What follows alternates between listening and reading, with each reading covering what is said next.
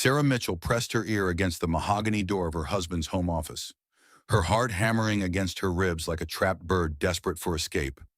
The grandfather clock in the hallway chimed 9 times, each note reverberating through the marble foyer of their $8 million estate. Through the heavy oak door, she could hear Richard's voice lower, more intimate than she had heard it in months, maybe years. Amber, sweetheart, I promise you, by Christmas, it will just be you and me. The divorce papers are already drawn up. The sound of papers rustling came through the door, followed by the soft clink of what Sarah recognized as Richard's favorite crystal whiskey glass against his mahogany desk. Her hand instinctively moved to her still flat stomach, where a 3-week-old secret was growing. The positive pregnancy test crinkled in her sweaty palm, the same test she had planned to surprise Richard with tonight over champagne and candlelight. How naive that plan seemed now. But what about the baby? Richard, like, when are you going to tell her about us? Sarah's breath caught in her throat. Another baby. The words hit her like ice water, flooding her veins with a cold that had nothing to do with the October evening outside their Hampton estate. Amber was pregnant too. While Sarah had been agonizing over the perfect way to share her news, her husband's 26-year-old mistress had already beaten her to it. Sarah's been nothing but dead weight for 20 years, Richard continued, his voice taking on that cold, corporate tone she had grown to recognize over 2 decades of marriage. It was the voice he used in board meetings when he was about to fire someone, the voice that cut through emotion with surgical precision. A boring housewife who never contributed a damn thing to our success? She'll get her settlement and disappear quietly. Trust me, I know exactly how to handle her. Each word was a physical blow. 20 years of marriage. 20 years of hosting dinner parties for his clients, of moving across the country for his promotions, of putting her own dreams on hold to support his ambitions. 20 years of making herself smaller, quieter, more agreeable, until she had almost forgotten the woman she used to be, all of it dismissed as worthless, as dead weight.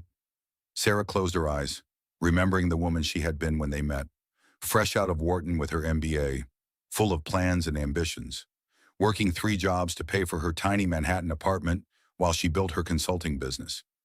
She had been someone then, Sarah Mitchell, not just Mrs. Richard Blackwell. When had she stopped being Sarah and become just an extension of Richard's success story? Like, seriously though, what if she fights it? Amber's voice carried that Valley Girl inflection that Richard had once mocked when they met her at his office Christmas party. Now, apparently, he found it charming enough to build a future around. She won't. Sarah doesn't have the spine for a real fight. She'll cry. She'll beg. But in the end, she'll take whatever I give her and be grateful for it. Richard's laughter was cold, confident. Women like Sarah always do. She's been dependent on me for so long. She wouldn't know how to survive on her own. The casual cruelty in his voice was breathtaking. This wasn't the heat of an affair or the passion of new love. This was calculated, planned, executed with the same ruthless efficiency Richard brought to his business deals. Sarah wasn't his wife in this conversation. She was a problem to be solved, an obstacle to be removed. She thought of all the times over the past year when Richard had seemed distant, distracted. All the business trips that seemed to involve more entertainment than actual business. All the evenings when he came home late, claiming to have been working with clients. How long had this been going on? How long had she been living in a marriage that existed only in her imagination? I mean, like, what about her family? Won't they help her? Amber's question carried genuine curiosity, as if Sarah's future was an interesting puzzle rather than a human life being dismantled. Sarah's adopted. Her parents died years ago, and she doesn't have any other family.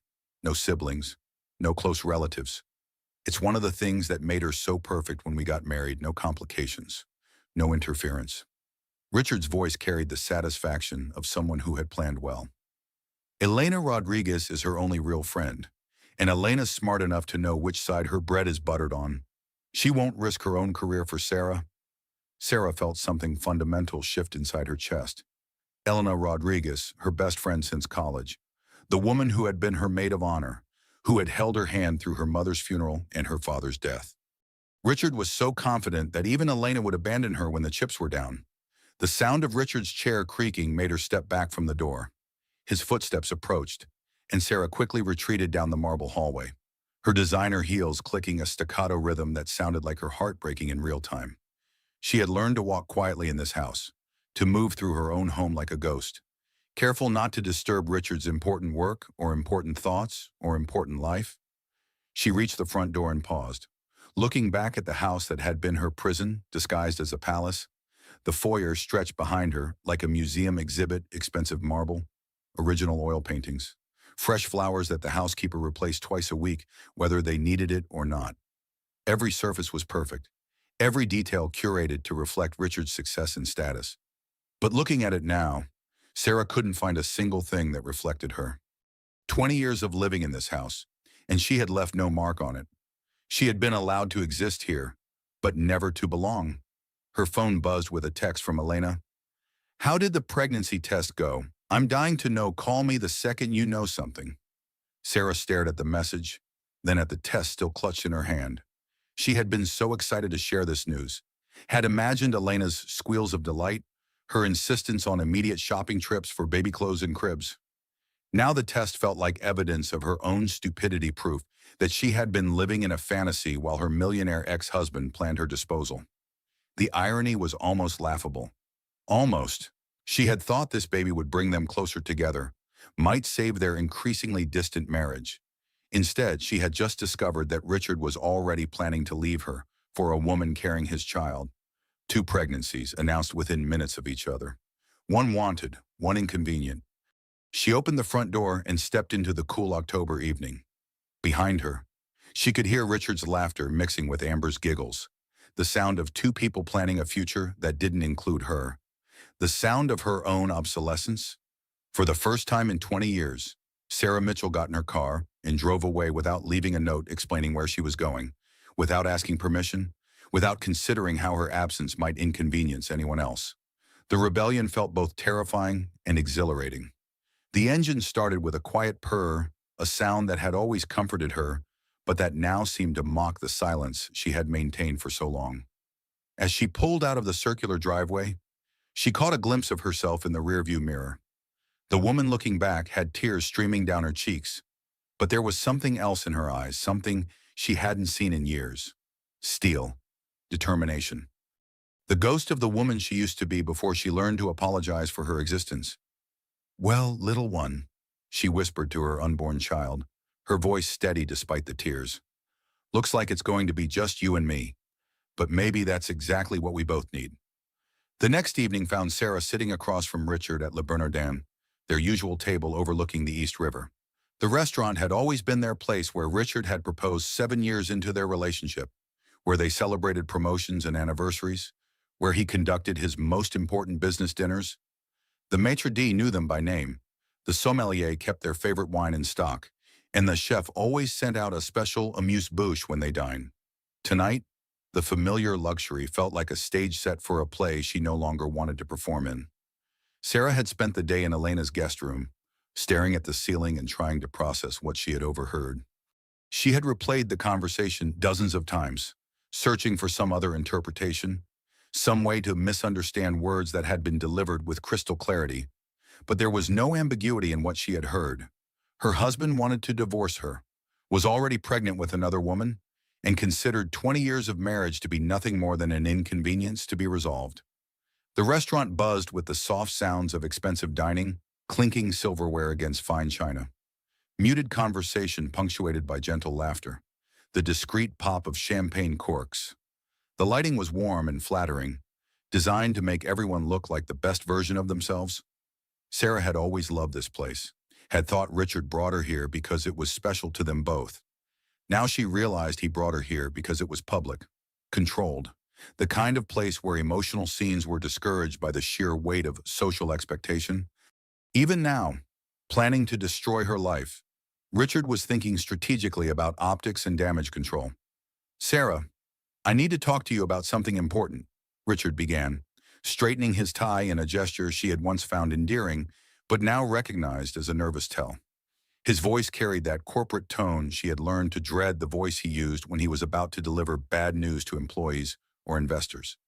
She watched him across the table, really looking at him for what felt like the first time in years.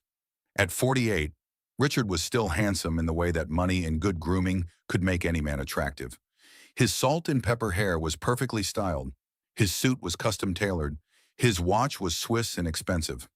He looked like success incarnate, like the cover of a business magazine. But looking at him now, Sarah could see the calculating coldness in his eyes, the way he assessed every situation for personal advantage, the complete absence of genuine warmth or affection when he looked at her. How had she missed it for so long, or had she simply trained herself not to see it? "Let me guess," Sarah said quietly, surprising herself with how calm her voice sounded. "You want a divorce?" Richard's fork paused midway to his mouth, a piece of perfectly prepared halibut forgotten.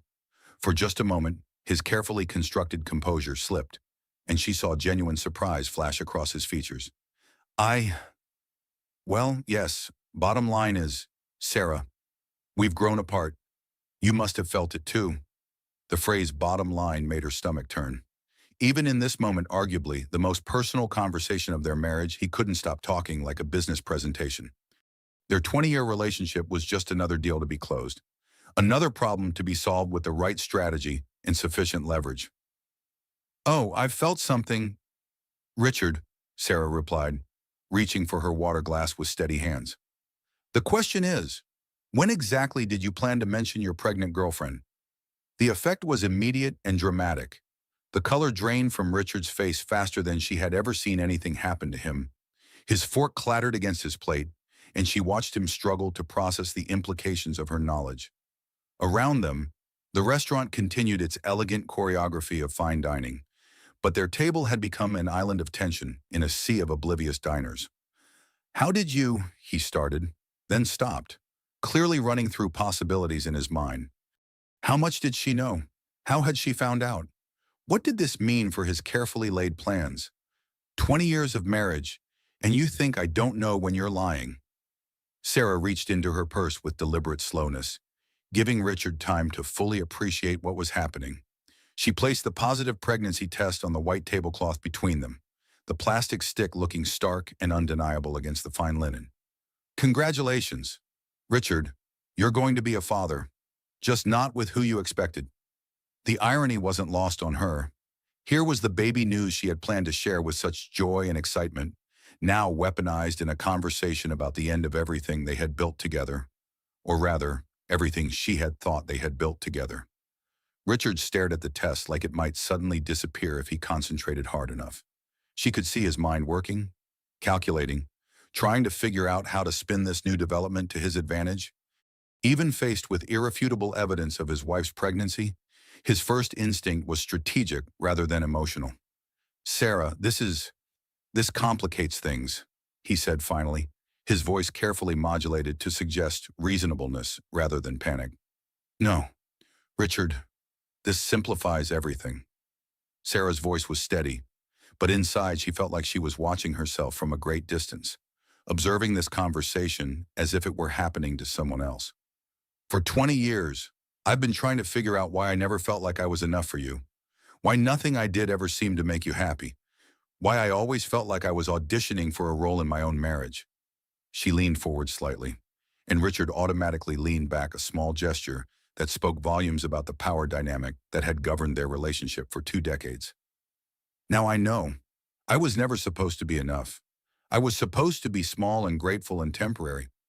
Richard's eyes darted around the restaurant, checking to see if anyone was listening to their conversation. Even now, in this moment of personal crisis, his reputation mattered more than her pain. She wondered if he had ever truly seen her as anything more than a reflection of his own status, a well-dressed, well-behaved accessory to his success. "You're being dramatic," he said, falling back on the dismissive tone he used whenever her emotions became inconvenient. "Yes, I've been seeing Amber, but this doesn't have to be dramatic." Sarah repeated the word like she was tasting something bitter. "I'm being dramatic because I discovered my husband is planning to divorce me for his pregnant mistress. I'm being dramatic because 20 years of marriage means I should just quietly disappear so you can start fresh with your new family." She felt something dangerous rising in her chest.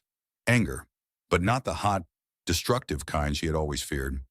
This was cold, calculating fury. The kind that made plans instead of scenes. The kind that waited for the perfect moment to strike. You called me dead weight, Richard, in your own office, to your pregnant girlfriend. Dead weight. She let the words hang in the air between them, watching him flinch at his own cruelty thrown back at him.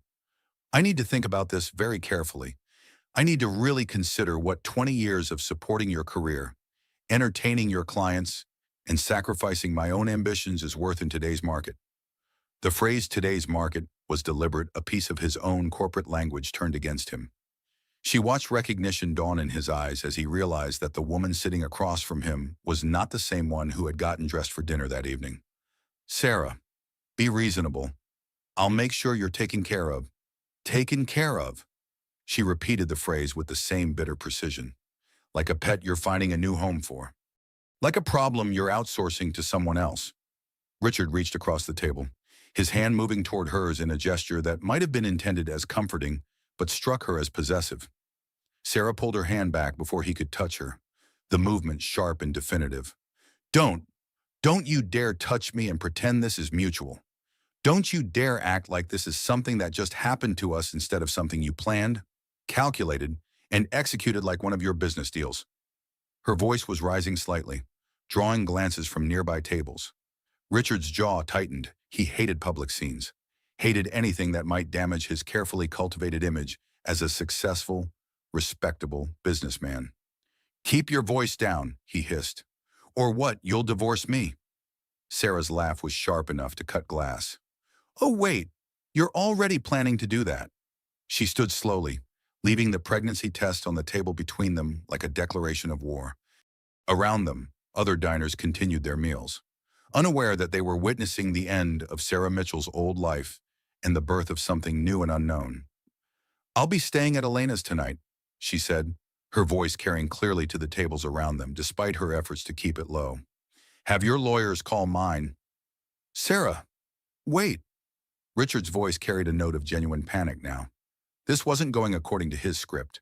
In his version of this conversation, she was supposed to cry, maybe beg, certainly not turn the tables on him with evidence of her own pregnancy and the kind of steely composure he had never seen from her before. But she was already walking away, her heels clicking against the restaurant's polished floors with the same rhythm they had made when she walked away from his office door the night before. The sound of her own strength, she realized. She had been making that sound all along. She just hadn't been listening. Behind her, she heard Richard's sharp intake of breath as he processed what had just happened. The woman walking away was not the same one who had sat down to dinner.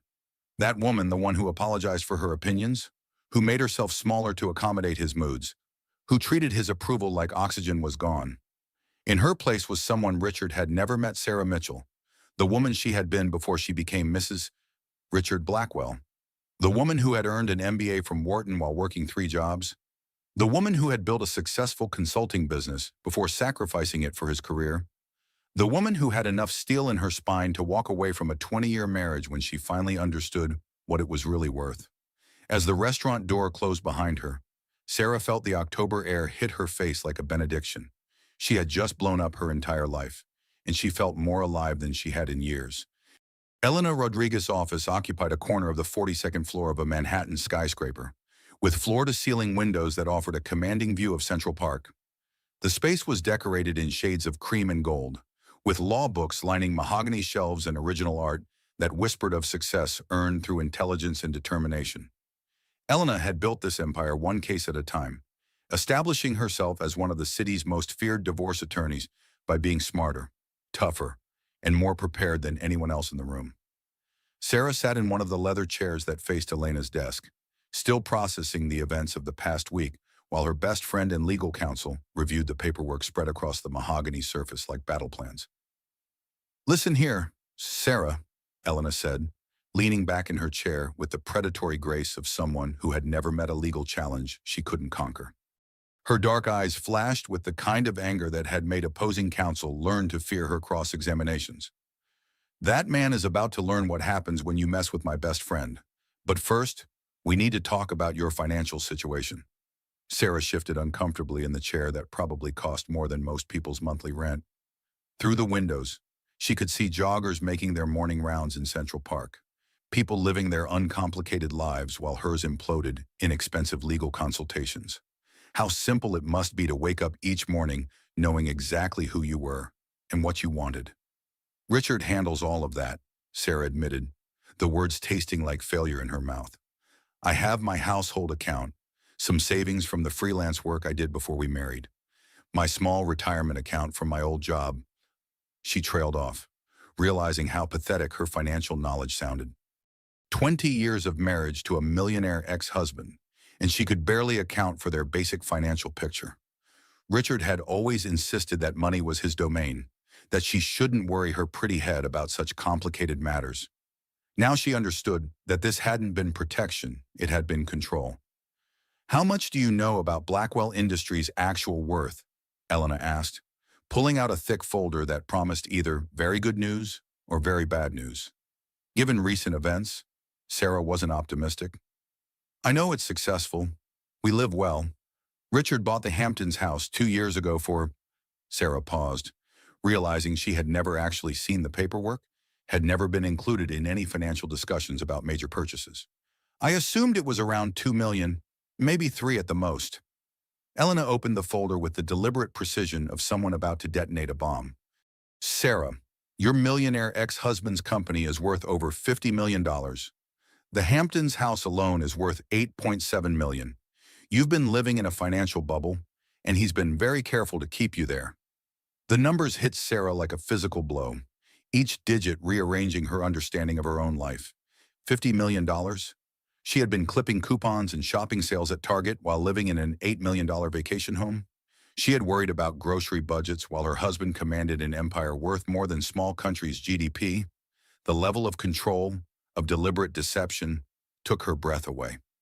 This wasn't just about hiding assets. This was about keeping her in a state of artificial dependence, ensuring that she never understood the true scope of what she had helped build. But here's the thing about bubbles. Sweetheart, Elena continued, spreading documents across the desk like a general planning a campaign. They burst, and when they do, everything becomes crystal clear. So what does this mean for the divorce settlement? Sarah asked, though part of her was afraid to hope. Richard had seemed so confident that she would take whatever he offered, so certain that she lacked the knowledge and resources to fight him. Elena's smile was sharp enough to cut diamond. It means that under New York law, you're entitled to half of everything acquired during the marriage, including his precious company. We're talking about $25 million. Sarah, maybe more, depending on what other assets we uncover. For the first time in days, Sarah felt something like relief flooding through her system. $25 million. Enough to raise her child in comfort, enough to start over on her own terms, enough to never again depend on anyone else's assessment of her worth. Elena's plan seemed solid, practical, foolproof everything Richard's betrayal had not been. It gets better, Elena continued, clearly enjoying the moment. New York recognizes the concept of enhanced earning capacity. If I can prove that your unpaid labor and support significantly contributed to Richard's success, which shouldn't be hard given your background and the timing of his biggest deals, we could be looking at even more. Sarah felt a smile tugging at the corners of her mouth for the first time since this nightmare began. My background. Sarah, you have an MBA from Wharton. You worked in business consulting before you married Richard. Half his early clients came through your network, and I'm willing to bet that your strategic input shaped more of his decisions than he's ever acknowledged. Elena's voice carried the satisfaction of someone who had just found the perfect weapon. Financial independence for women isn't just about getting a fair settlement, it's about getting recognition for contributions that have been systematically undervalued. Elena's phone buzzed against the glass desktop, its vibration cutting through the moment of triumph. That's my private investigator now, she said, answering with the crisp efficiency that had made her one of Manhattan's most successful attorneys. Thomas, what did you find on Blackwell? Sarah watched Elena's face change as she listened to whatever Thomas Chen was reporting. The confident expression that had filled Sarah with hope began to shift, replaced by something that looked suspiciously like concern. Are you absolutely certain? When did this start? How long has this been going on? Elena's voice carried the sharp edge it got when she sensed a case becoming more complicated than initially anticipated. Elena hung up and looked at Sarah with an expression that made her stomach drop. It was the same look doctors gave when test results came back worse than expected. The same look financial advisors wore when retirement funds had been embezzled. "Richard's been moving money offshore for 6 months," Elena said, her voice carefully controlled. "Shell companies, hidden accounts, assets transferred to entities you can't touch. Sarah, I'm afraid this divorce settlement is going to be much harder than we thought." The relief Sarah had felt moments before evaporated like water on hot concrete, replaced by a familiar sense of helplessness.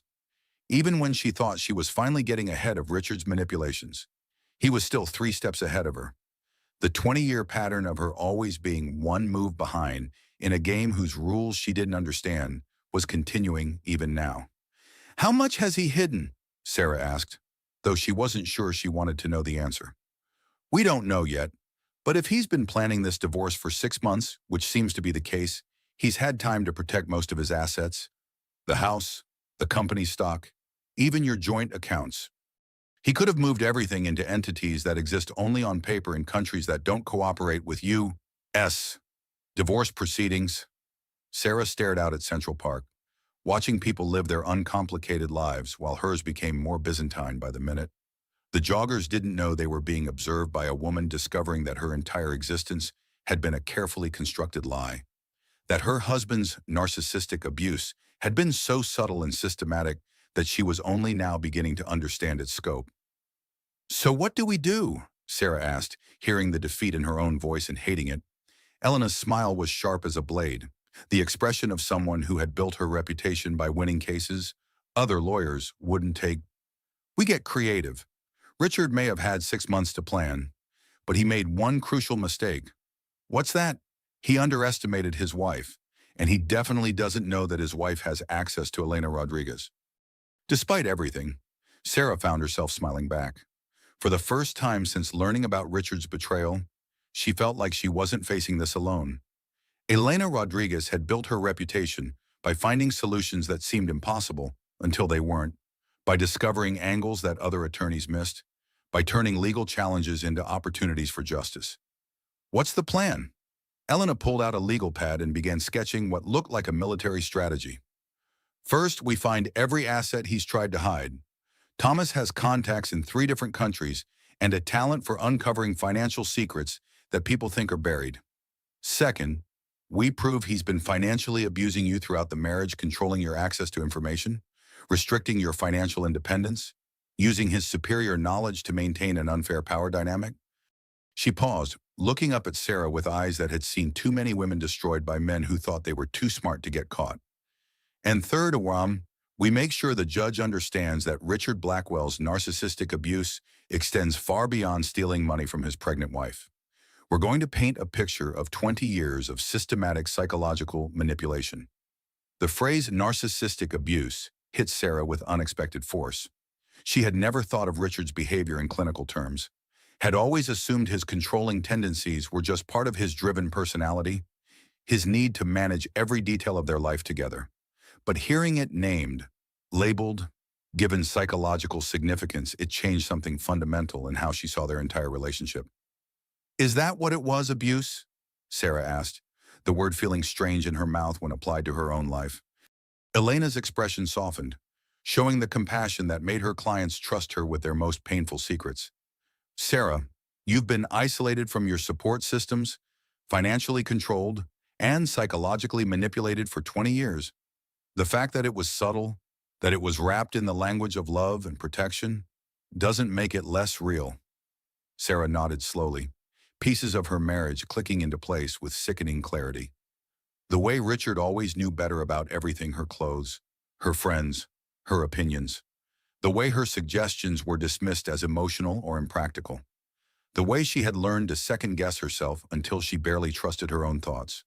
The way she had apologized for having needs, for taking up space, for existing in ways that might inconvenience his carefully orchestrated life. "Elena, I need to ask you something, and I need you to be completely honest with me. Always. Do you think I'm strong enough for this fight? Because right now, I feel like I've been sleepwalking through my own life for 20 years, and I'm not sure I remember how to be the woman who can take on someone like Richard." Elena leaned forward, her voice fierce with conviction. Sarah, you survived 20 years of being systematically diminished by a master manipulator, and you're still here. You walked away from that restaurant with your dignity intact. You're carrying a child and planning for their future instead of falling apart. You're not just strong enough, you're stronger than you know. She stood and moved to the window, gesturing toward the city sprawling below them. Look out there. See all those women walking to work, building careers, making their own money 20 years ago. When Richard convinced you to give up your consulting business, how many of them do you think existed? You were ahead of your time. Sarah, you just got convinced to step backward. Sarah joined her at the window, looking down at the streams of people moving through the streets with purpose and determination. Somewhere down there were other women fighting their own battles for financial independence, for recognition, for the right to exist without apologizing. The woman who earned an MBA from Wharton while working 3 jobs didn't disappear, Elena continued. She's been sleeping, waiting for her moment to wake up. Richard's biggest mistake was thinking that woman was gone forever. As Sarah watched the city pulse with ambition and possibility below them, she felt something stirring in her chest, not just anger, but purpose. Richard had spent 20 years convinced that he had successfully transformed her into someone small and manageable. He was about to discover that transformation was not the same as destruction. The woman he had tried to erase was still there, and she was ready to remind him exactly what he had thrown away. 3 days later, Sarah sat in the pristine kitchen of the Hamptons' house, staring at her phone as Richard's voicemail played for the 3rd time. The message had arrived that morning while she was making breakfast, the first real meal she had cooked for herself in weeks. A small act of independence that felt more significant than it should have. His voice filled the kitchen with its familiar authority, the tone he used when he wanted to close a deal quickly and move on to more important matters. Sarah, my lawyers are filing the papers today. I'm being generous with the settlement offer, $500,000, and the house in Westchester. You have 48 hours to accept, or the offer gets smaller. Oh, and Sarah, don't try to claim pregnancy complications for more money. I know you're not keeping it. The casual cruelty of that last line took her breath away. The assumption that she would terminate her pregnancy rather than raise his child alone was breathtaking in its callousness. But more than that, it revealed how little he had ever known her, how completely he had missed the fundamental core of who she was. She placed her hand on her stomach, where their child was growing despite everything, and spoke aloud to the empty kitchen. Well, little one, Daddy doesn't know Mommy very well. Does he? The sound of tires on gravel made her look up from her coffee. Through the kitchen window, she watched a black sedan pull into their circular driveway, followed by Richard's silver Mercedes. 2 men in expensive suits emerged from the sedan. Lawyers, she assumed, based on their carefully pressed appearance and the way they moved with the confident entitlement of people accustomed to getting their way. Richard emerged from his car with Amber clinging to his arm. At 26, she was everything Sarah had once been: young, optimistic, convinced that love could conquer any obstacle. Her belly was already showing a small bump beneath her designer dress, and Sarah felt a pang of something that might have been sympathy if it weren't mixed with such bitter irony. Sarah remained seated at the kitchen island as they entered through the front door. She could hear their voices echoing through the foyer, Richard's confident baritone mixing with Amber's nervous giggles and the lawyer's professional murmurs. The sound of people conducting business, treating her life like a transaction to be completed efficiently. Sarah, Richard called out, his voice carrying that false concern he used when he wanted something. We need to talk. They found her exactly where she had been when this all started, in the kitchen, hands folded calmly in front of her, looking remarkably composed for a woman whose world had imploded over the course of a week. Amber's eyes immediately went to the granite countertops and custom cabinets, calculating their worth with the practiced eye of someone who had grown up wanting everything and getting little. These are my lawyers, Richard announced, gesturing to the 2 men flanking him like bodyguards. We're here to make this simple for everyone. Simple, Sarah repeated, the word tasting bitter in her mouth. How many times had Richard used that word to dismiss her concerns, to shortcut conversations he didn't want to have, to make complicated emotional realities disappear through the magic of efficient problem-solving, like when you made it simple to cheat on me, or simple when you hid $50 million in assets? One of the lawyers stepped forward with the kind of professional smile that cost $500 an hour. Mrs. Blackwell, we're prepared to be very generous in this unfortunate situation. It's Mrs. Mitchell, Sarah interrupted, her voice carrying steel wrapped in silk. The correction was small but significant, a reclaiming of the identity she had held before she became Richard's wife, before she learned to define herself through his achievements and approval. And I'm not interested in your definition of generosity. Richard placed a manila folder on the kitchen island between them, the papers inside representing the end of everything they had built together. The gesture was casual, dismissive, as if 20 years of marriage could be resolved with the same efficiency as a standard business contract. 500,000, the Westchester house, and we'll cover your medical expenses through the pregnancy, he said, his tone suggesting he was doing her an enormous favor, rather than offering her less than 1% of their joint worth. Take it, Sarah. It's more than you deserve. The phrase hung in the air like a slap. More than she deserved. 20 years of marriage, of supporting his career, of sacrificing her own ambitions, of hosting his clients and managing his household and being the perfect corporate wife. And in his mind, she deserved less than the cost of one of his cars. Amber shifted uncomfortably beside him, her youth and inexperience showing in the way she couldn't quite meet Sarah's eyes. Like, Sarah, you should totally take it. 500,000 is, like, more money than most people see in their whole lives. Sarah looked at the young woman with something approaching pity. Amber had no idea what she was walking into, no understanding of the man she thought she had won. In 5 years, maybe 10, Amber would be sitting in a similar kitchen, listening to similar words, learning that the man who had promised her everything considered her worth to be whatever he decided it was worth. Amber, sweetheart, let me give you some advice, Sarah said, her voice gentle but firm. When a man shows you who he really is, believe him the first time. You're about to find out what I mean.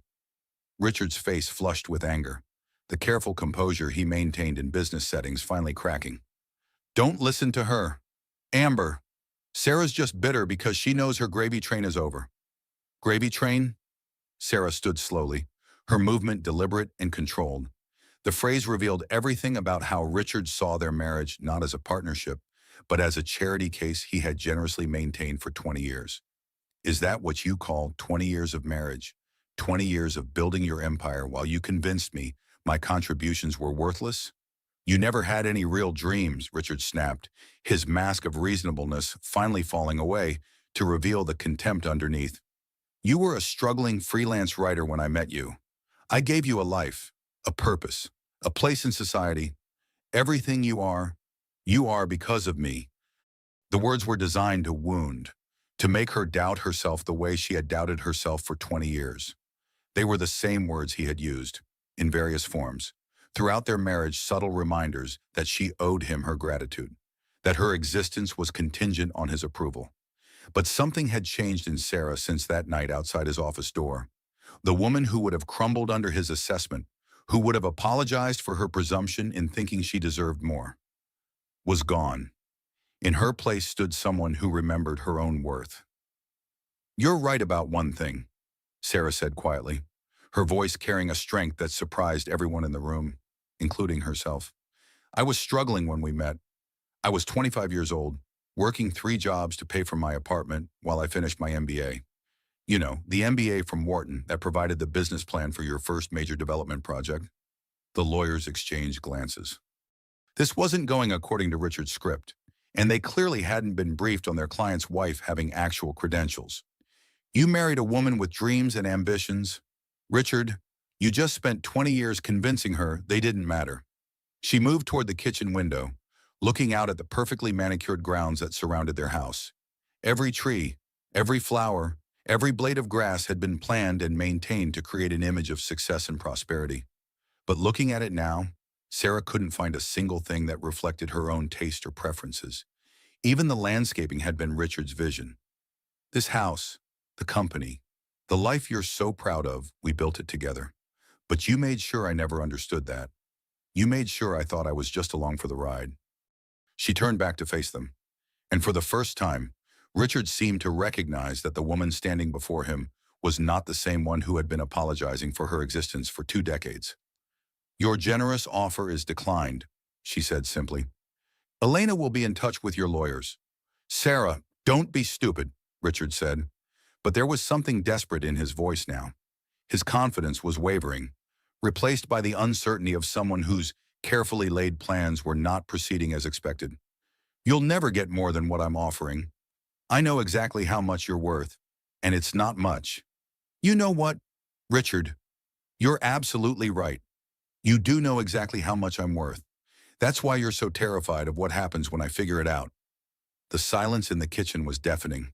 Even Amber seemed to sense that something significant had just shifted, though she probably couldn't identify exactly what. The balance of power that had governed Sarah and Richard's relationship for 20 years was tilting, and everyone in the room could feel it. Sarah picked up the manila folder and handed it back to Richard with a kind of dignity that couldn't be bought or taught. Tell your lawyers they'll be hearing from mine very soon. And Richard, next time you want to have a conversation about my worth, make sure you're prepared for the answer. As they filed out of the kitchen, Sarah heard Amber whisper to Richard, like, is she always this scary? Richard's response was too quiet to make out, but Sarah could imagine his discomfort. For 20 years, he had been the one with all the power in their relationship, the one who made decisions, controlled information, determined what she was allowed to want or need or expect. Now, for the first time, that balance was shifting in ways he had never planned for. After they left, Sarah sat alone in her kitchen, surrounded by the remnants of the life she had thought she wanted. The house felt different now, not like a home, but like a museum of someone else's dreams, a monument to a marriage that had never really existed except in her imagination. Her phone buzzed with a text from Elena. How did it go with the offer? Sarah looked around the kitchen one more time, at the custom cabinets and granite countertops and professional-grade appliances that had never really been hers, that had always belonged to Richard's vision of what their life should look like. She typed back, they have no idea who they're dealing with. And for the first time in 20 years, that was exactly the truth. Because Sarah Mitchell was discovering that the woman Richard had tried to erase had never really disappeared. She had just been waiting for her moment to resurface, to reclaim the strength and intelligence and ambition that had been systematically suppressed but never destroyed. The battle was just beginning, and Sarah was finally ready to fight.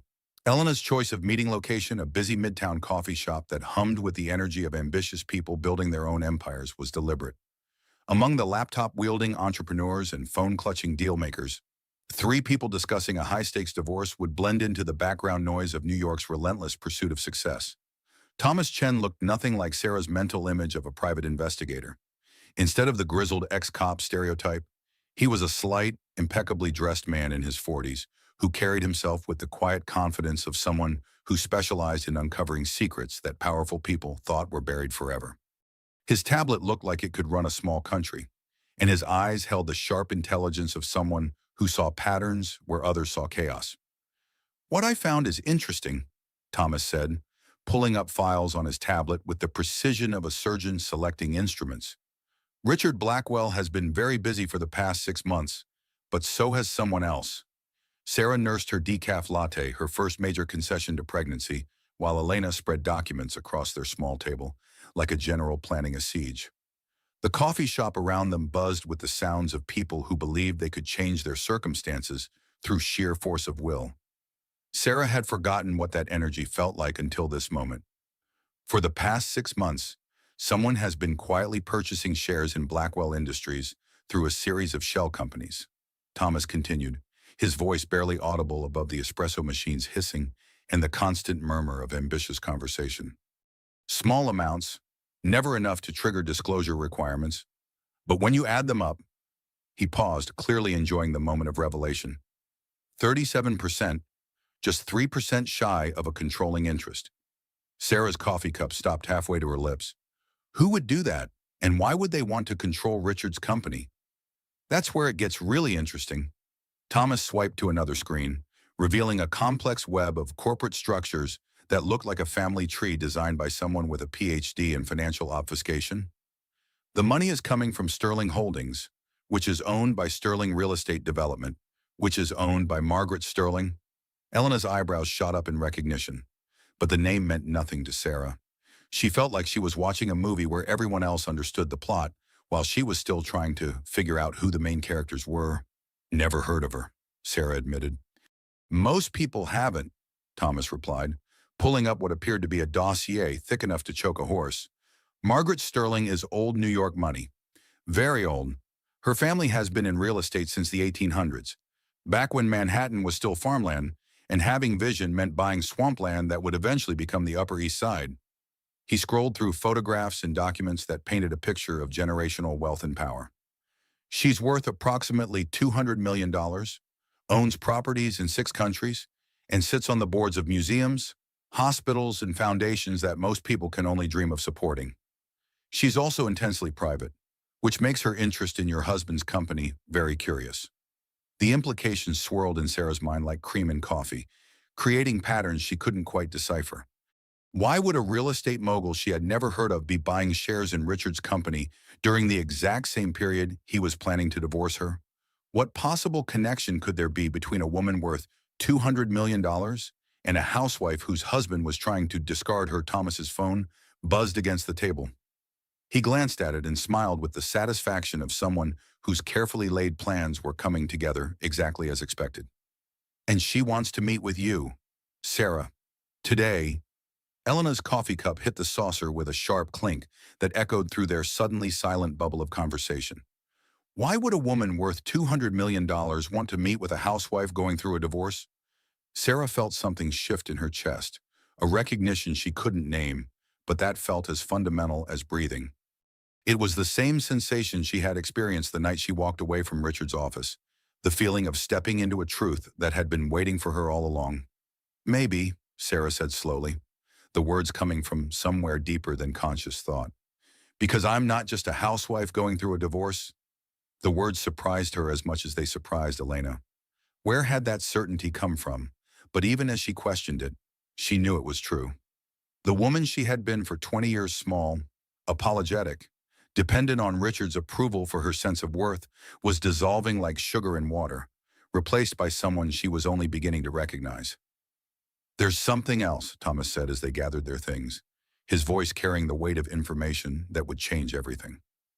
I did some digging into your background, Sarah. Your adoption records were sealed, but money talks, and Margaret Sterling has enough of it to make records unsealed when she wants answers. Sarah's hands stilled on her purse, her entire body going quiet in the way that happens when the world shifts fundamentally beneath your feet. She had never thought much about her adoption, had been grateful to the Mitchells for giving her a loving home, and had never felt the need to search for her biological parents. Her adoptive parents had been wonderful, supportive, everything parents should be. The idea that there was more to her story had never occurred to her. What are you saying? She asked, though part of her already knew. I'm saying Margaret Sterling specifically requested all information about any children she might have given up for adoption 45 years ago. She hired 3 different investigative firms, spent a considerable amount of money, and was very specific about the time frame. Thomas paused, clearly understanding the magnitude of what he was about to reveal. Your name was the only one that came back. The coffee shop noise faded to a dull roar as Sarah processed this information. Her biological mother, a woman worth $200 million, had been looking for her, had found her, had been quietly buying shares in her husband's company during the exact same period he was planning to abandon her. The synchronicity was too perfect to be coincidence, too carefully orchestrated to be chance, which meant that somewhere in Manhattan, a woman Sarah had never met was watching her life implode and taking action to protect her. That's impossible, Sarah whispered. But even as she said it, she felt the truth of it settling into her bones like a genetic memory finally awakening. Elena's hand covered hers across the table, warm and steady and real. Sarah, honey, nothing about your life has been what you thought it was. Why should this be any different? As they walked out into the afternoon sunlight, Sarah felt like she was walking into an entirely different universe than the one she had inhabited that morning. The woman who had sat down for coffee was the betrayed wife of a wealthy executive, struggling to understand her worth in the aftermath of 20 years of systematic diminishment. The woman walking away was potentially the daughter of one of New York's most powerful real estate dynasties. Are you ready for this? Elena asked as they waited for a taxi to take them to what might be the most important meeting of Sarah's life. Sarah thought about the question seriously. Was she ready to meet the woman who had given birth to her 45 years ago? Was she ready to discover that her biological mother was wealthier and more powerful than her husband? Was she ready for her midlife transformation to include becoming an heiress to a fortune she had never known existed? I don't think anyone's ever ready for their entire life to change in a single day, Sarah said, watching the taxi approach through Manhattan traffic. But I'm beginning to think that maybe my entire life was supposed to change. Maybe I've been living someone else's story for so long that I forgot what my own was supposed to look like. A taxi pulled up to the curb, and as they got in, Sarah caught her reflection in the window. The woman looking back was no longer the same person who had pressed her ear to Richard's office door a week ago. That woman had been afraid of her own shadow, convinced that her worth was determined by someone else's opinion of her, terrified of taking up space in a world that seemed designed to make her disappear. This woman looked like she was ready to claim her birthright, whatever that might turn out to be. As the taxi pulled into traffic, Sarah realized that this feeling, this sense of stepping into her own power, was something she had been missing her entire adult life. Richard had convinced her that financial independence was beyond her reach, that she needed his protection and support to survive in a world too complicated for her to navigate alone. But what if he had been wrong? What if the woman sitting in this taxi was capable of things she had never imagined? What if Margaret Sterling had been waiting 45 years to help her daughter discover exactly what she was worth? The taxi merged into the flow of Manhattan traffic, carrying Sarah toward a meeting that would either destroy the last remnants of her old life or give birth to something entirely new. For the first time since learning about Richard's betrayal, she found herself hoping for destruction. Some things needed to be torn down completely before they could be rebuilt into something better. And Sarah Mitchell was finally ready to let the wrecking ball swing. The Sterling Holdings building rose from the Manhattan street like a monument to generational power, its pre-war facade speaking of money that had been accumulating interest since before the American Revolution. As Sarah stepped from the taxi, she felt underdressed in her simple black dress despite the fact that it had cost more than most people's monthly rent. Everything about this building whispered of a world she had never imagined belonging to a world where decisions shaped cities rather than just families.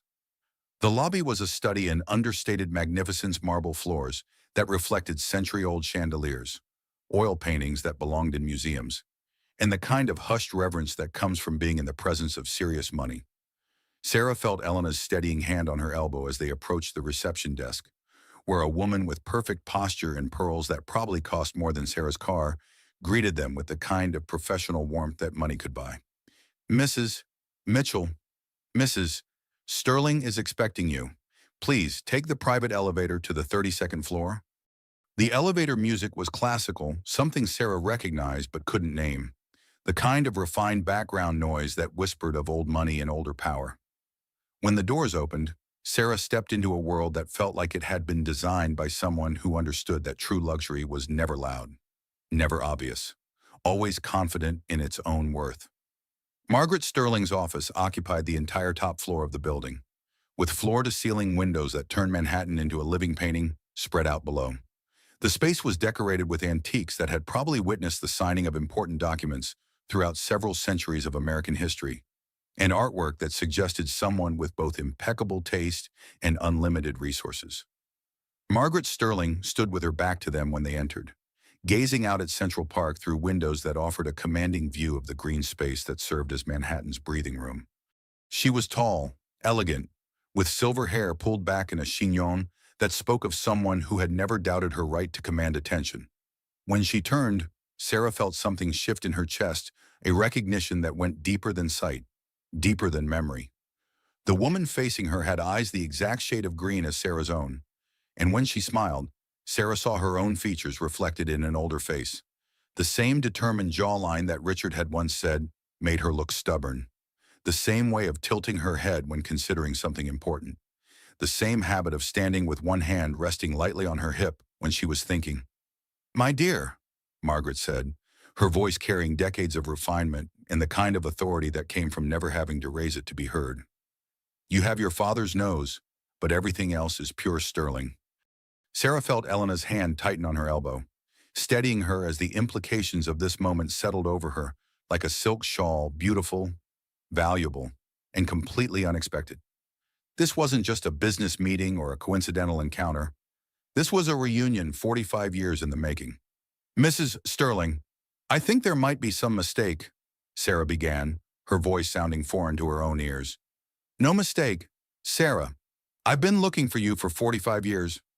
Margaret moved to an antique desk that looked like it had been used to sign documents that shaped the course of American history. She picked up a silver-frame photograph with hands that shook almost imperceptibly, the only sign that this composed, powerful woman was as affected by this meeting as Sarah was. This was taken 3 days before I gave birth to you. I was 17, unmarried, and my parents were convinced it would ruin the family name. Sarah took the photograph with trembling fingers.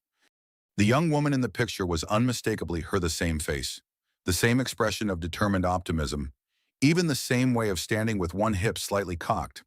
It was like looking at herself through a window in time, seeing the woman she might have been if circumstances had been different.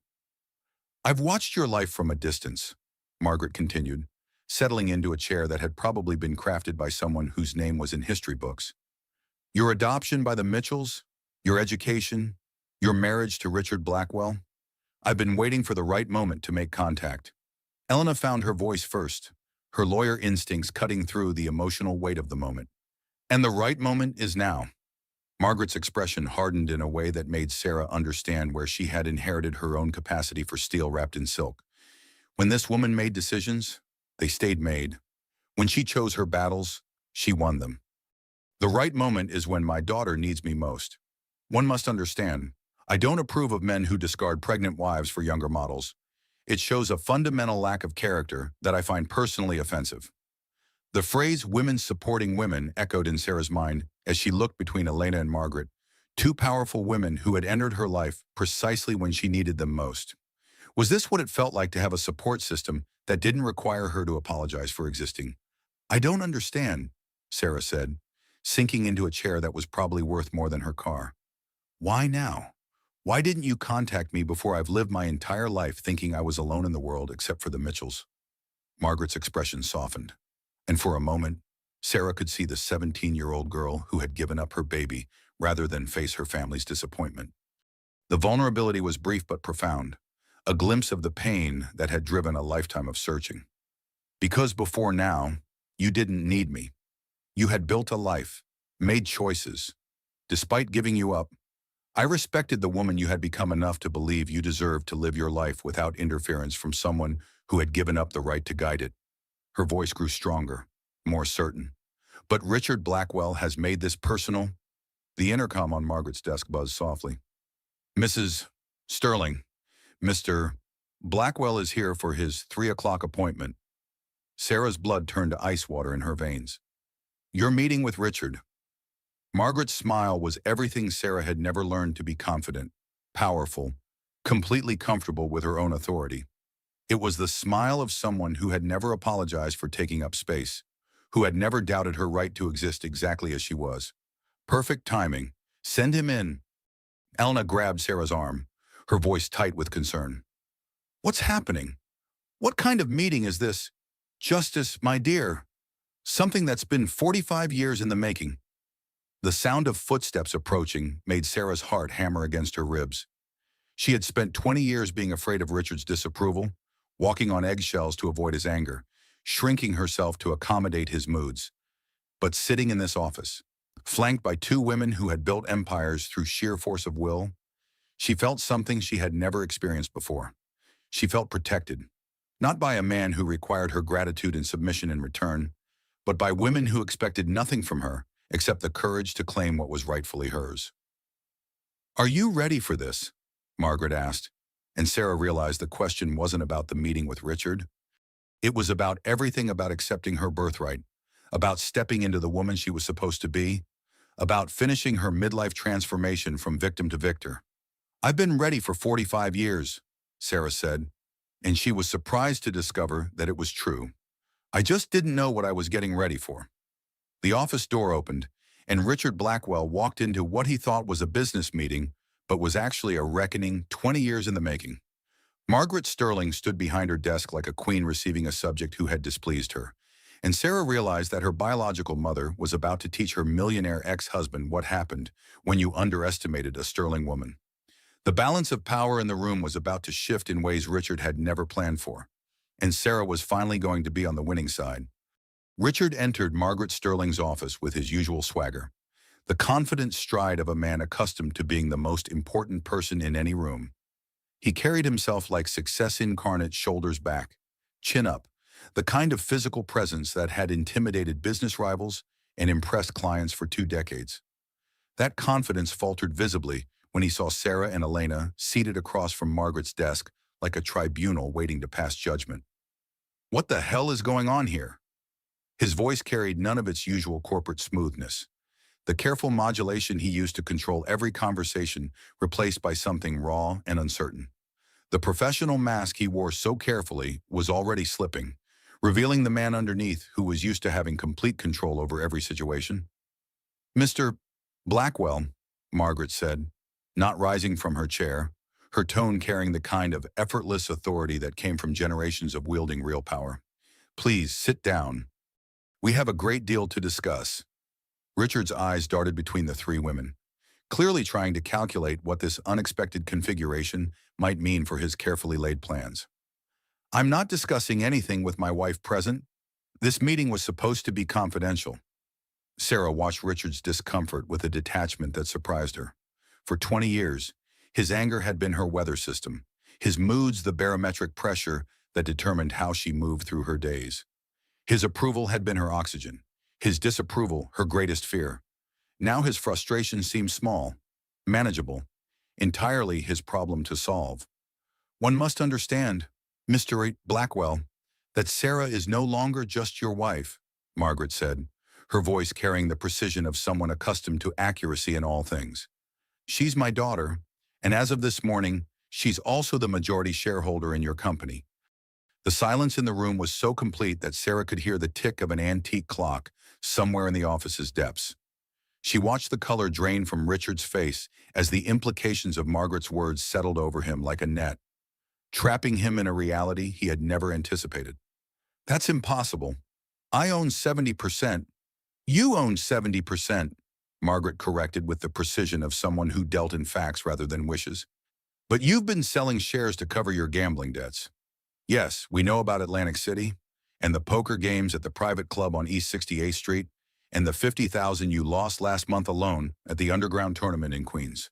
Richard's sharp intake of breath was audible across the room. Sarah felt something click into place, all those business trips that seemed to involve more entertainment than actual business. The credit card statements she wasn't allowed to see. The way Richard always seemed to need more liquid cash despite the company's apparent success. Elena leaned forward, her lawyer instincts sharp as a scalpel. "Turns out your millionaire ex-husband has been liquidating assets to cover losses you never knew about. Sarah, the offshore accounts weren't just about hiding money from you. They were about hiding the fact that there's not as much money as he claimed." The picture coming into focus was worse than Sarah had imagined. Not only had Richard been planning to leave her, he had been systematically destroying their financial security to fund a gambling addiction she had never suspected. The man who had lectured her about household budgets and questioned her grocery expenses had been throwing away tens of thousands of dollars on games of chance. "How much?" Sarah asked, though she wasn't sure she wanted to know the answer. "We're still calculating the full extent," Margaret said, pulling out a folder thick with financial documents. "But it appears Mr. Blackwell has been living quite beyond his means for some time. The company is leveraged to the hilt. The properties are mortgaged multiple times over, and his personal debts exceed $2 million. The intercom crackled to life, and through the static, they could hear Amber's voice from the waiting room. She was on her phone, unaware that her conversation was being broadcast to the office where her future was being decided. "I know, Mom, but he promised me he was worth millions." "What do you mean the house is mortgaged? He said he owned it outright." "No, I haven't signed anything yet, but the baby is due in 6 months and he keeps talking about marriage." Margaret reached over and turned off the intercom with a deliberate click. "It seems your girlfriend is having second thoughts about your financial prospects, Mr. Blackwell." Sarah felt something she hadn't expected: genuine pity for Amber. The younger woman had walked into the same trap Sarah had escaped, believing Richard's carefully constructed fiction about their life together. The difference was that Amber had the benefit of Sarah's experience as a warning, even if she didn't know it yet. Richard slumped in his chair, the carefully maintained facade of success crumbling in real time. The confident executive who had dismissed Sarah as dead weight was revealed as a man whose entire empire was built on borrowed money and borrowed time. "How much do you want?" he asked, his voice carrying the defeated tone of someone who had just realized the game was over. "I don't want anything from you," Sarah said, finding her voice and her strength simultaneously. The words came from someplace deeper than anger, from a well of self-respect she had thought Richard had permanently poisoned. "But I want everything that's mine. Every share, every asset, every dollar you tried to hide." "Sarah, be reasonable. I built that company with my support, my connections, my 20 years of entertaining your clients and covering for your mistakes." Sarah interrupted, feeling power settle around her shoulders like a mantle she had always been meant to wear. "But that's not even the point anymore. Richard, the point is that you threw away a family for a woman who's already planning her exit strategy." Elena's phone buzzed against the glass table. She glanced at it and smiled with the satisfaction of someone who had just received confirmation of everything she suspected. "That's my accountant. The final numbers are in." She looked up at Richard with the expression of someone about to deliver a terminal diagnosis. "After debts, gambling losses, and hidden liabilities, Blackwell Industries is worth about $12 million, not 50. And that's before we factor in the lawsuits from investors who are about to discover their money has been mismanaged." The number hung in the air like a death sentence. Sarah felt a strange mix of vindication and sadness. Vindication that her instincts about Richard's dishonesty had been correct. Sadness that 20 years of her life had been built on such an elaborate foundation of lies. 12 million, Sarah repeated, letting the reality sink in. "And how much of that is legally mine?" Margaret's smile was sharp as winter sunlight. "All of it, my dear. You see, the original capital for Blackwell Industries came from your inheritance from the Mitchell Family Trust. Money that was legally yours before you married Richard." Richard's face went gray. "That's not—" "The company has grown far beyond. The company has grown using my daughter's money as collateral, her social connections as networking opportunities, and her unpaid labor as a foundation," Margaret said, her voice carrying the finality of a judge delivering a verdict. "In legal terms, Mr. Blackwell, you've been running a very expensive hobby with someone else's money." Elena pulled out a thick folder, the kind that contained legal documents capable of changing lives. "Richard, you have two choices. You can fight this and lose everything in a very public trial that will destroy what's left of your reputation and probably result in criminal charges for financial fraud. Or you can accept the settlement we're offering." "What settlement?" "You get to keep your pension and whatever personal assets you can prove you own before the marriage. Everything else goes to Sarah. Consider it a very generous severance package for 20 years of narcissistic abuse." Sarah watched Richard's world collapse in real time, but instead of satisfaction, she felt something unexpected: relief. Not relief that he was suffering, but relief that the truth was finally out in the open. For 20 years, she had been fighting shadows, trying to solve problems she couldn't name, failing at a game whose rules she didn't understand. Now she understood. Richard had never seen her as a partner. He had seen her as a resource to be managed, a problem to be solved, an obstacle to be overcome. His systematic psychological manipulation had been so subtle, so carefully constructed, that she had internalized his assessment of her worth. But sitting in Margaret Sterling's office, flanked by women who had built empires through sheer force of will, Sarah finally understood her own value. She wasn't just the woman Richard was trying to discard, she was Margaret Sterling's daughter, heir to a fortune and a legacy of female strength that went back generations. "I'll need time to think about this," Richard said, but his voice carried the hollow ring of someone who knew he was already defeated. "You have until 5 o'clock tomorrow," Margaret said, checking an antique watch that probably cost more than most people's cars. "After that, the offer becomes significantly less generous, and we start exploring criminal prosecution for fraud." As Richard stood to leave, his confident stride replaced by the uncertain shuffle of a man who had just discovered that his entire life was built on borrowed time and borrowed money. Sarah felt something she hadn't experienced in 20 years. She felt free, free from the constant anxiety of trying to please someone who would never be pleased, free from the exhausting work of making herself smaller to accommodate someone else's ego, free from the prison of a marriage that had been slowly killing her spirit one dismissive comment at a time. "There's one more thing," Margaret said as Richard reached the door. "The Sterling family has decided to make a significant donation to organizations that support women leaving abusive relationships. We'll be announcing the Margaret and Sarah Sterling Foundation for Women's Financial Independence next week." Richard stopped, his hand on the door handle, understanding that this wasn't just about his company or his money. This was about his reputation, his standing in the business community, his future ability to rebuild what he had lost. "You can't prove abuse," he said, but there was no conviction in his voice. Margaret's smile was gentle, almost pitying. "Richard, dear, we don't have to prove it. We just have to tell the truth about what happened. The court of public opinion is remarkably efficient at drawing its own conclusions." The door closed behind him with a soft click, and Sarah felt the last 20 years of her life officially end. The woman who had walked into this office was Richard Blackwell's wife, defined by his success and dependent on his approval. The woman who would walk out was Margaret Sterling's daughter, with the resources and support to become whoever she chose to be. For the first time in her adult life, Sarah Mitchell felt like she was exactly where she was supposed to be. 1 week later, Sarah stood in the lobby of Blackwell Industries, her hand resting protectively on her growing belly. At 20 weeks, the pregnancy was showing clearly beneath her navy blue dress, a dress that cost more than she used to spend on clothes in 6 months, purchased with her own money from her own account.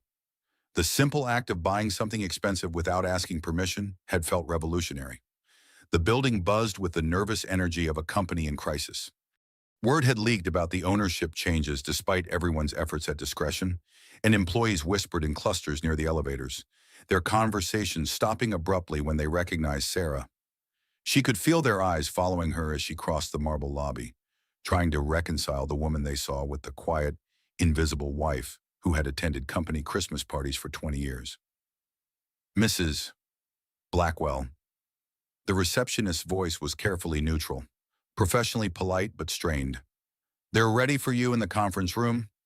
"It's Mrs. Mitchell," Sarah corrected gently, the distinction now feeling natural rather than forced. "And thank you."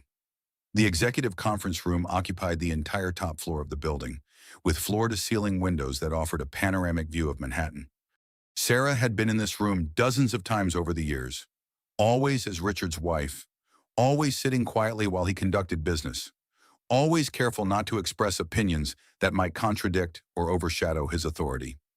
Today she entered as the majority shareholder of the company. The room hummed with tension as the board members filed in for the emergency meeting Richard had called. 12 men and 2 women, all of whom had benefited from Richard's leadership over the years, all of whom were now trying to calculate how this unexpected development would affect their own positions and investments.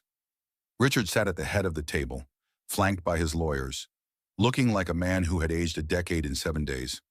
The confident executive who had dismissed her as dead weight was gone, replaced by someone who kept checking his phone and glancing toward the door as if hoping for rescue that would never come. Sarah entered with Margaret and Elena, taking seats directly across from Richard.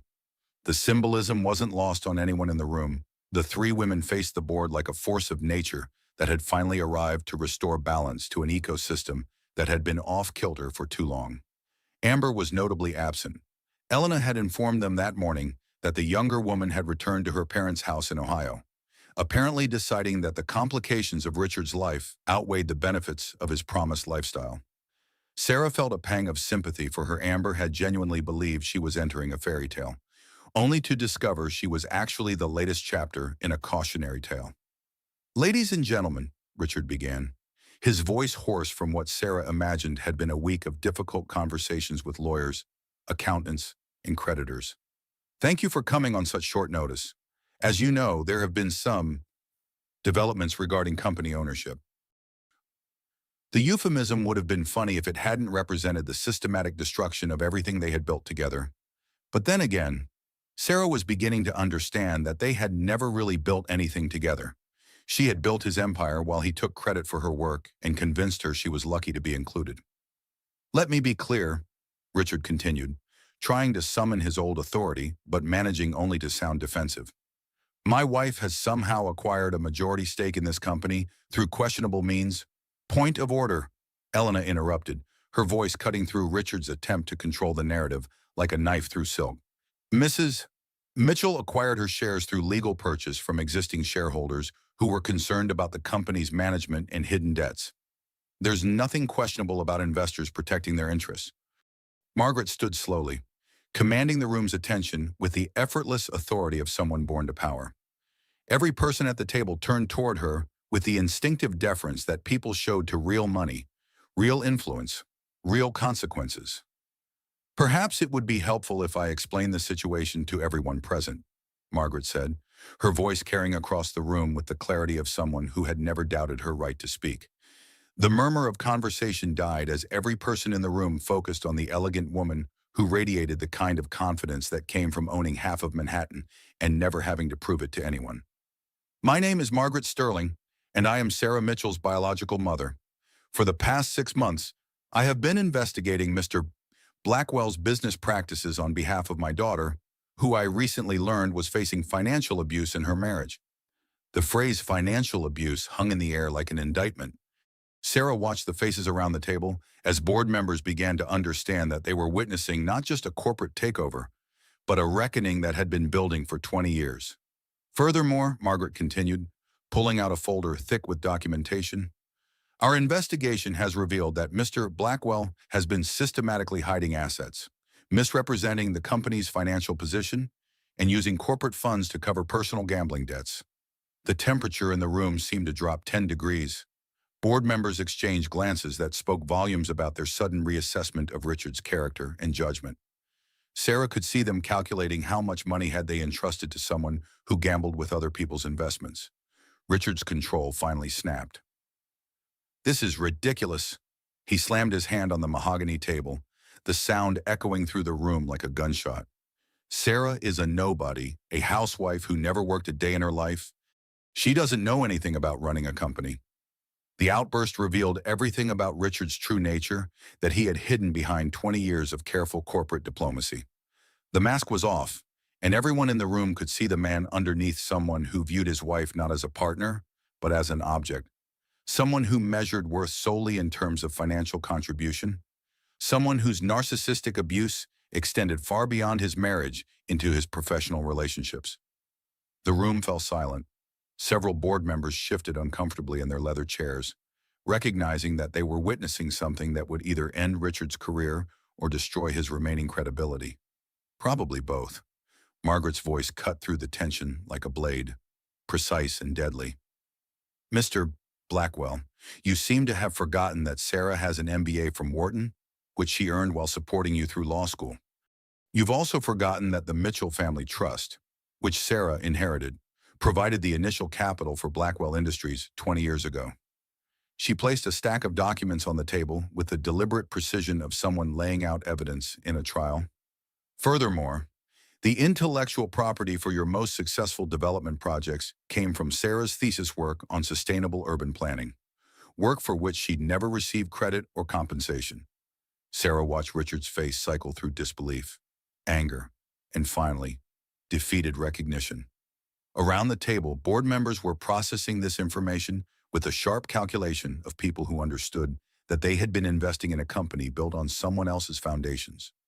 "But most importantly," Margaret continued, her voice growing stronger with each word, "you seem to have forgotten that the woman you just dismissed as worthless is sitting across from you as the majority owner of your company. I'd suggest you adjust your tone accordingly." "You want the company," Richard said bitterly, his voice carrying the petulant tone of a child whose toys were being taken away. "Take it. It's drowning in debt anyway." "Actually," Margaret said with a slight smile that reminded Sarah of a cat who had just cornered a mouse, "we don't want the company. We want justice." Elena pulled out a final folder. this one thick with documents that represented months of investigation and legal preparation. The board has three options. First, you can accept our restructuring plan, which includes Richard's immediate resignation and a complete audit of company finances. Second, you can fight this and watch the company collapse under the weight of Richard's debts and the publicity from a very messy trial. She paused, letting the silence build suspense while every person in the room calculated their personal exposure to Richard's poor decisions. Or third, you can accept our offer to purchase the company outright. Margaret Sterling has agreed to buy out all shareholders at fair market value and absorb the existing debts. The silence in the room was profound. Sarah realized that Margaret hadn't just been protecting her daughter's interests, she had been orchestrating a complete takeover of Richard's company while giving everyone involved a graceful exit strategy. "What happens to Richard in this scenario?" asked Janet Morrison, the only female board member besides Sarah, her voice carrying the sharp edge of someone who had never liked Richard's management style. Margaret's smile was razor-sharp, but not without mercy. "Mr. Blackwell will receive exactly what he gave my daughter, enough to start over, with the understanding that his previous behavior will be closely monitored by people with very long memories and very deep pockets." Sarah watched Richard process the implications. He would lose everything he had built, but unlike the settlement he had offered her, he would be left with enough to survive. It was more generous than he deserved, and they all knew it. "I need time to consider," Richard began. "No," Sarah said, her voice carrying an authority she had never heard from herself before. The word came from somewhere deep in her chest, from a place that had been silent for 20 years, but was now ready to speak. "You've had 20 years to consider how you treat people. Time's up." The silence that followed was electric. Every person in the room understood that something fundamental had just shifted, that the quiet woman who had sat in the corner at company events had just claimed her rightful place at the center of the conversation. The vote was unanimous. Richard Blackwell's empire, built on his wife's money and sustained by her unpaid labor, officially became the property of Margaret Sterling and her daughter.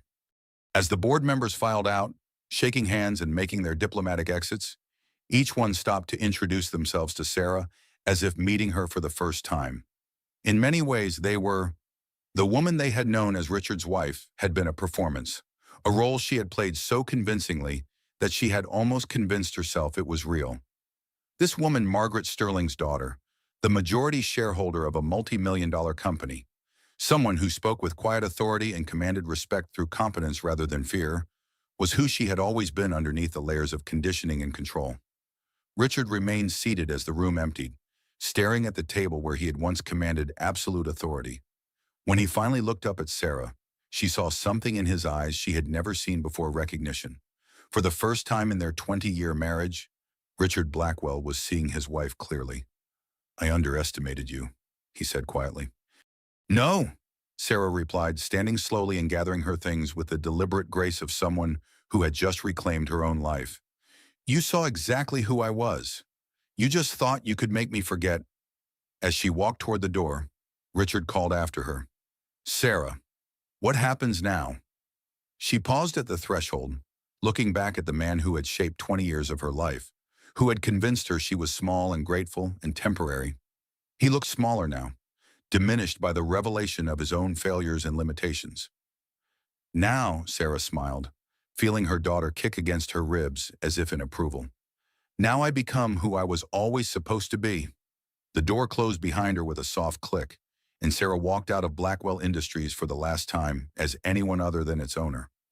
2 months later, Sarah stood on the terrace of Margaret's Central Park West penthouse, her hand resting on her now prominent belly as Manhattan glittered like a circuit board of dreams and ambitions spread out 40 floors below. The dissolution of Blackwell Industries had been swift and decisive, but the real transformation had been quieter. More personal, the gradual rebuilding of a woman who had forgotten she was allowed to take up space in the world. The November air was crisp but not quite cold, carrying the scent of autumn leaves from Central Park and the eternal energy of a city that never stopped believing in the possibility of reinvention. Sarah wore a cashmere coat that had cost more than she used to spend on clothes in a year, purchased without asking anyone's permission or considering anyone else's opinion about whether she deserved such luxury. "Penny, for your thoughts." My dear Margaret joined her at the marble railing, offering a glass of sparkling cider that probably cost more than most people's monthly grocery budget. The view from the 35th floor turned Manhattan into a living map of human ambition. Sarah could see people moving through the streets below like blood cells through arteries, each one carrying their own dreams, their own struggles, their own stories of triumph and defeat. A year ago, she had been one of those anonymous figures, invisible even to herself. "I keep thinking about something Amber said that night at the restaurant," Sarah replied, accepting the crystal glass and feeling the weight of it in her hands, substantial, valuable, real. "About 500,000 being more money than most people see in their lifetime." Margaret raised an eyebrow, waiting for Sarah to continue. She had learned that her daughter thought carefully before speaking, weighing her words the way someone who had been systematically silenced learns to do. "She wasn't wrong about the money," Sarah continued, watching a helicopter cross the sky like a mechanical bird carrying someone to their next important meeting. "But she missed the point entirely. It was never about the amount. It was about 20 years of my life that Richard dismissed as worthless." The sound of the elevator arriving interrupted their conversation. Elena emerged onto the terrace, slightly out of breath but carrying a bottle of champagne and a thick folder that Sarah had learned to associate with very good news. "Sorry I'm late," Elena announced, settling into one of the comfortable chairs that furnished the terrace, like an outdoor living room designed for people who never had to worry about weather or budget constraints. "Traffic was murder, and I had to stop by the office for these final documents." She set the champagne on the glass table and opened the folder with the satisfaction of someone who had just closed the most rewarding case of her career. "I have news that's going to make your day. The final asset distribution is complete," Elena announced, pulling out documents that represented the official end of Sarah's old life and the beginning of something entirely new. "Sarah, you now own the Hamptons house free and clear, plus 12.7 million in liquid assets after all debts were settled and legal fees were paid." The number still seemed impossible to Sarah. $12.7 million. Enough for her daughter to attend any college she chose, to start any business that caught her imagination, to never depend on anyone else's assessment of her worth. It was financial independence beyond anything she had dared to dream when she was clipping coupons and shopping sales while married to a man worth $50 million. "And Richard?" Sarah asked, though she found she was asking more out of curiosity than concern. Elena's expression became carefully neutral, the way lawyers look when they're about to deliver news that could be interpreted as either justice or cruelty. "Richard gets to keep his pension in the Westchester house, which is actually underwater on its mortgage. Turns out he refinanced it 3 times to cover gambling debts. He'll also face ongoing monitoring from the State Gaming Commission and several civil suits from investors who feel misled about the company's financial health." Margaret sipped her champagne thoughtfully, her eyes fixed on Central Park, where families were enjoying the last warm afternoon before winter settled over the city. "And Miss Hayes?" Elena's grin turned predatory, the expression of someone who took professional satisfaction in seeing karma work its magic with mathematical precision. "Amber filed for palimony 2 weeks ago. Apparently, she discovered that Richard's gambling problem extends to offshore poker tournaments and private games with stakes that would make most people dizzy.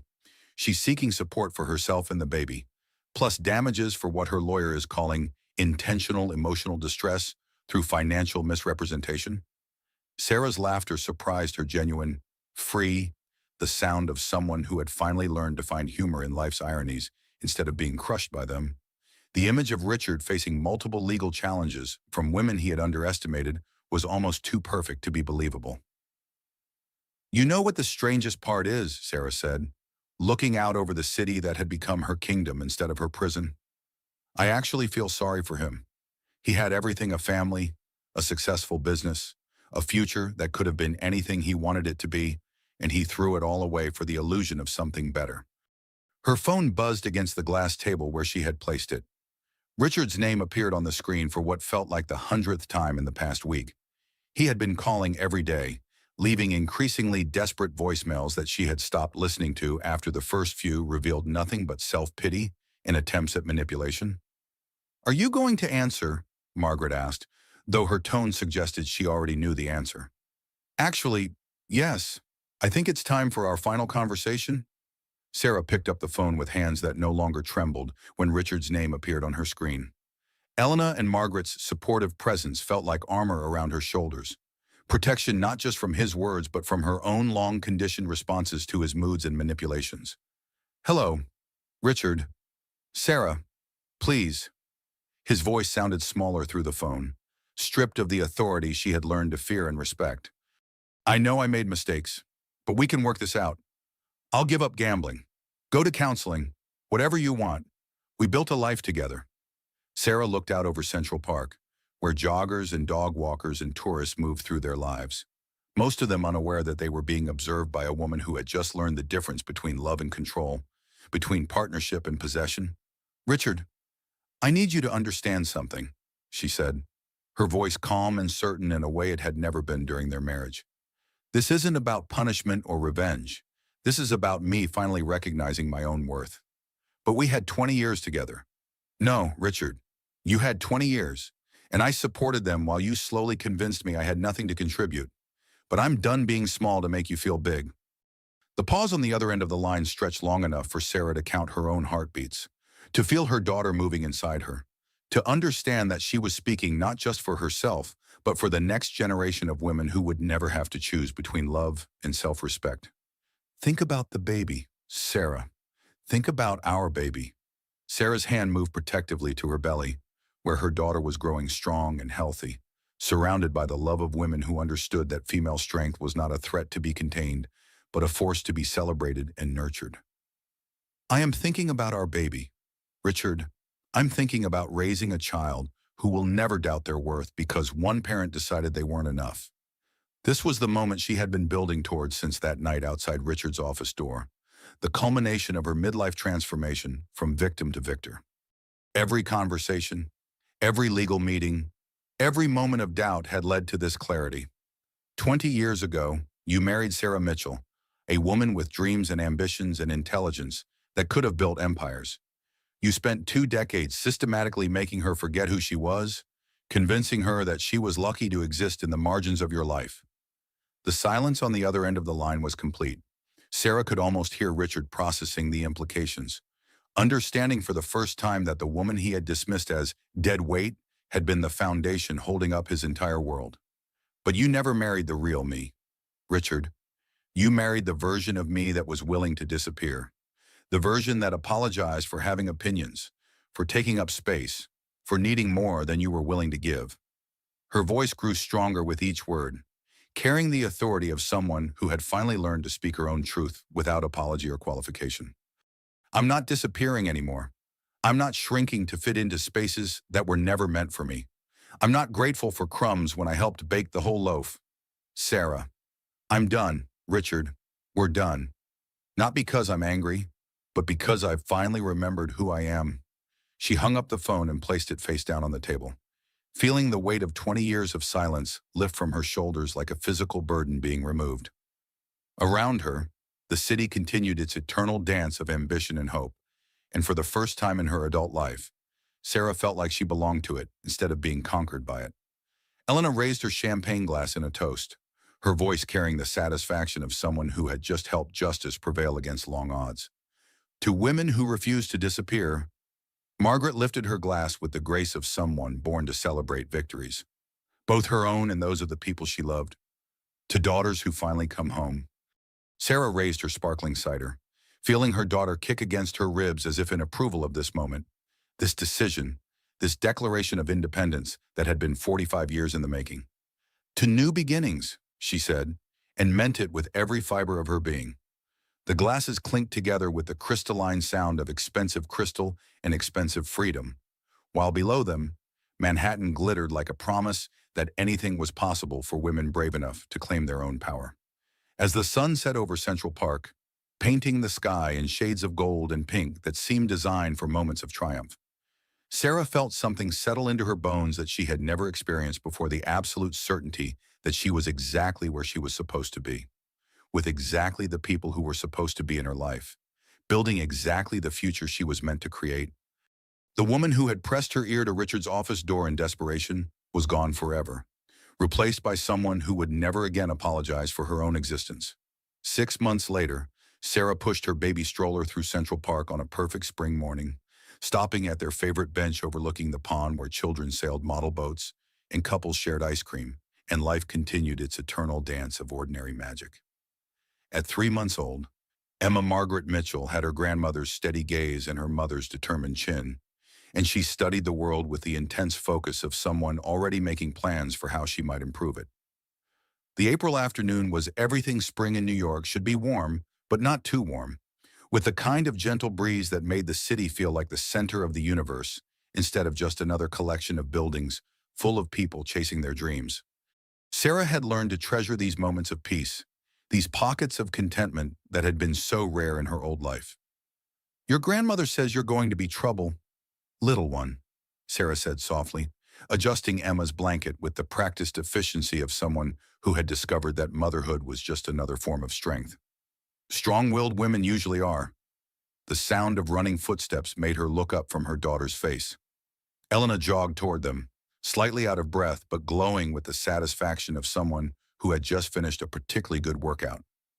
At 52, Elena moved with the confidence of someone who had never apologized for taking up space in the world, who had built her life according to her own specifications rather than anyone else's expectations.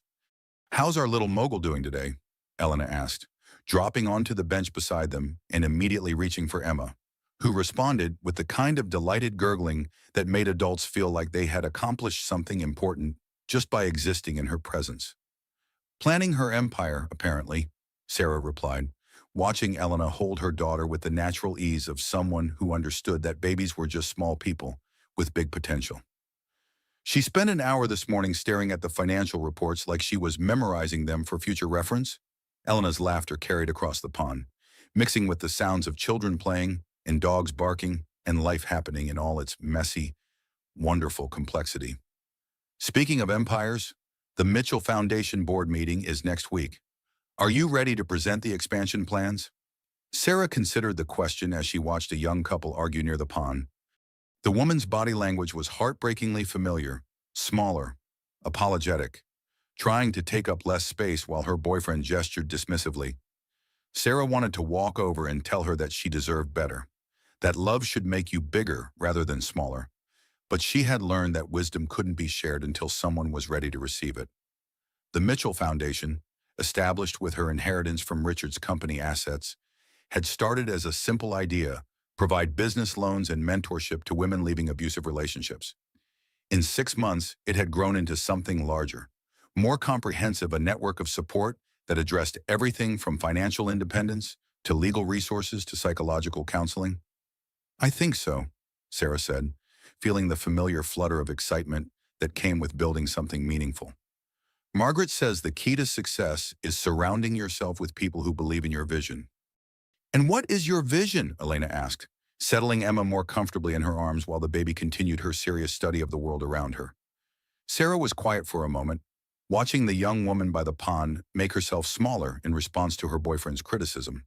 The sight triggered memories that were still fresh enough to sting memories of her own voice getting quieter over the years, her own opinions becoming more tentative, her own dreams shrinking to fit into the space Richard allowed her to occupy.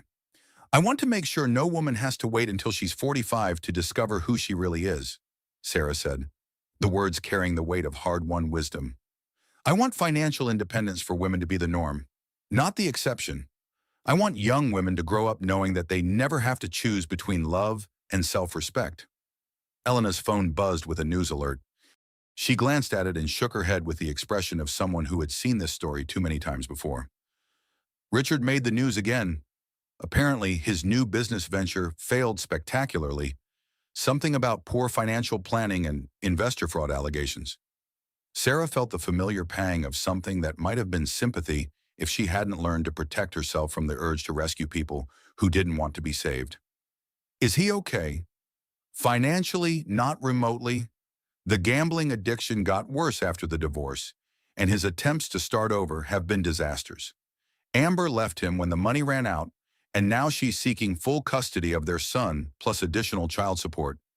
Elena's voice carried the matter-of-fact tone of someone delivering news that was predictable, but still unfortunate. "But Sarah, you can't save someone who doesn't want to be saved." Emma made happy baby sounds, reaching toward a pigeon that had landed near their bench with the fearless curiosity of someone who had never learned to doubt her welcome in the world. Sarah lifted her daughter from Elena's arms, holding her against her chest and feeling the solid weight of this new life that had emerged from the ashes of her old one.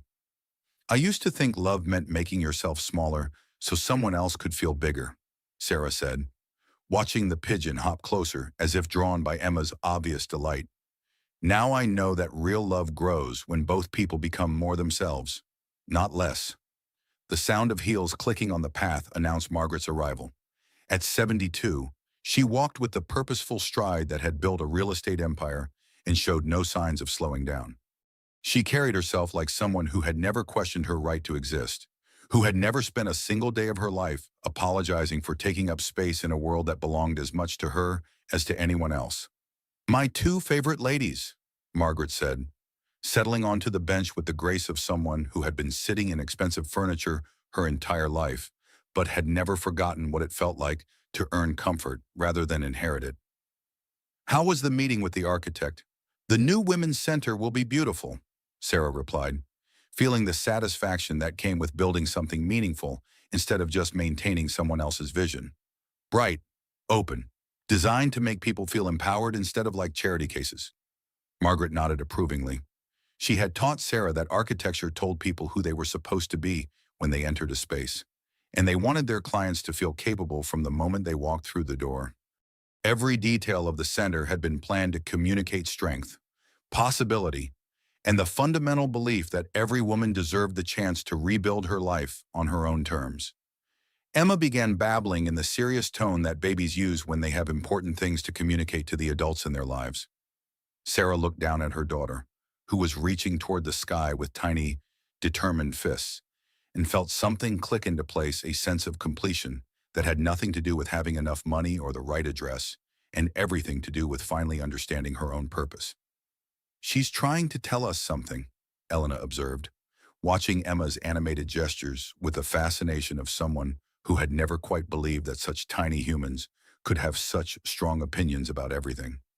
Sarah studied her daughter's face, seeing her own features reflected in miniature, but also something entirely new, a combination of sterling determination and Mitchell kindness that would hopefully serve Emma better than either trait alone. But more than that, she saw someone who would grow up never doubting her right to take up space, never apologizing for having opinions, never making herself smaller to accommodate someone else's ego. "I think she's saying she's ready to take on the world," Sarah said, and realized she was describing not just her daughter, but herself, as the afternoon sun filtered through the spring leaves, casting dancing shadows on the path where other families walked and played and lived their complicated, beautiful lives. Sarah reflected on the journey that had brought her here. A year ago, she had been a woman who apologized for existing. Now she was a mother, a philanthropist, and a daughter who had found her way home to a family she never knew existed. Margaret's voice carried the warmth of shared memory and the satisfaction of someone who had finally found what she had been searching for her entire life. "You know, Sarah, when I gave you up for adoption 45 years ago, I told myself it was because I couldn't give you the life you deserved. I was wrong. I couldn't give you the life I thought you should have. But you created the life you were meant to live." Sarah shifted Emma to her shoulder, feeling the trust in her daughter's relaxed weight and understanding that this moment of perfect clarity about who she was and what she wanted was worth more than all the money in her accounts or all the property in her name. "Richard did me a favor, in the end," Sarah said, surprising herself with the complete absence of bitterness in her voice. "He forced me to choose between the life I was living and the life I wanted to live. I just wish it hadn't taken me 20 years to realize I had a choice."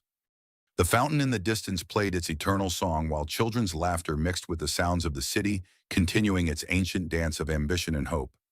Sarah felt Elena's friendship, Margaret's love, and Emma's trust settling around her like a cloak of belonging that no one could ever take away.